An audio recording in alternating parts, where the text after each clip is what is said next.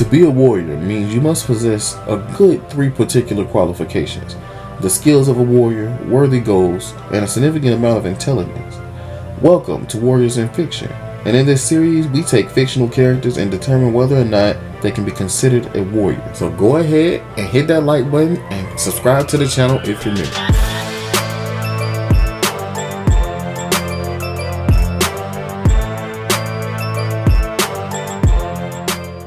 Naofumi, Iwatani, was summoned to another world with 3 other people to be one of those world's heroes.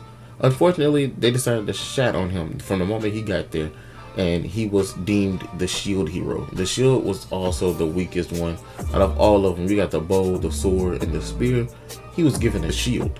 And he noticed right off the rip that something was wrong with that. But anyway, we're not here to give a backstory about the character. That's for another channel, which we did that on the main channel. Anyway, shameless plug. Let's get to talking about his skills. Naofumi has this shield, this magical shield that does protection magics, different type of elemental protection magics. He has all types of different spells, like an airstrike shield, all that good stuff. This strike shield, by the way, he also uses this shield to attack.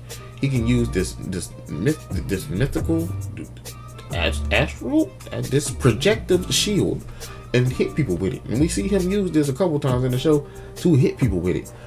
It's kind of crazy how he utilizes a weapon or a piece of armor that is literally suited for protection and uses it to attack. I feel like that is crazy, and he's a warrior for sure because of the things that he had to fight through in the show. If you haven't seen The Rising of a Shield Hero, you should definitely go and watch that, because Naofumi is really that, to be honest. Goals.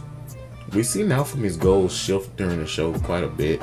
At first, his main directive is what the king told them to do. They were summoned there to fight off waves of monsters that would come and attack the kingdom. Him and the other heroes were duty with the job of defending against those. And Naofumi later learned that he was actually supposed to be summoned in a whole nother nation. So he was summoned to this nation of people that were hating on him for no reason, because they hastily summoned all the heroes to one nation instead of defending the world. The waves happen around the world, not just in this one kingdom. But no one knew that, of course. So Naofumi's main directive was to do as the king said. But after they framed him and made him seem like he was the bad guy, Naofumi's mission directive was then to just survive inside this new world. He couldn't go back to his old world, unfortunately, so he had to figure out a way to survive in this new world with his given skill set, which was this shield. And Naofumi's goal then swapped from survival to protection when he gained Raphtalia and Philo as companions. So now he wanted to find a place to live in this world peacefully with his companions. Intelligence. Naofumi was smart. You can't tell me otherwise. Naofumi literally had a game plan for everything that he got into. Even when he had to fight the spear hero and he cooked the spear hero. When he had to fight the spear hero, he had plans of attack using his shield.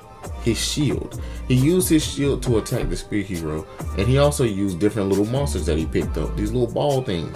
It was really kind of funny, to be honest. But when you think about it, he had to adapt to a bad situation. He was given the worst weapon out of all 4 that was summoned, and he had to adapt to using it. He also had to adapt to a nation of people that hated him for a crime he did not commit.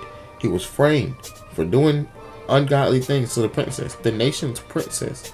But really, it was all a ploy, and she just wanted to ridicule him and have him shunned. And it worked. Everybody treated him accordingly, but he had something to prove. And Naofumi was smart enough to do so. He gained different companions. He didn't just gain random companions. Well, I mean, they were at random, but these companions also were, they were groomed. Well, that sounded crazy, but he literally taught them to suit his needs, to suit the party. What they could do to best suit the party. Philo was a strong companion that had a transformation into this giant bird creature. She could carry carts, she could carry them, she could fight things. Philo was really that, and she was like a daughter type deal to him. But so was Raphtalia. Raphtalia later became like a lover type situation though, which was kind of weird because her race grows pretty fast. But we're not here to talk about that. We're going to talk about how smart Naofumi is. Naofumi finds out, literally in any fight situation he's in, he figures out different things about his shield on the fly. And when he finds out those things, he literally utilizes them instantly. He does not dilly-dally when it comes to protecting the people that he loves or using his brain to get him out of deadly situations. Naofumi is not dumb by any stretch of means. All in all, Naofumi is definitely a warrior. Of all, like, he fits all qualifications of being a warrior. He fights with skill and purpose. His goals are worthy enough, and his intelligence is on peak with anybody else in the show. Like, he can stand 10 toes with anybody else in the show, and even fought the church. The man is a warrior. There's not much else to that. Thank you guys for watching. I'll catch you guys in the next video.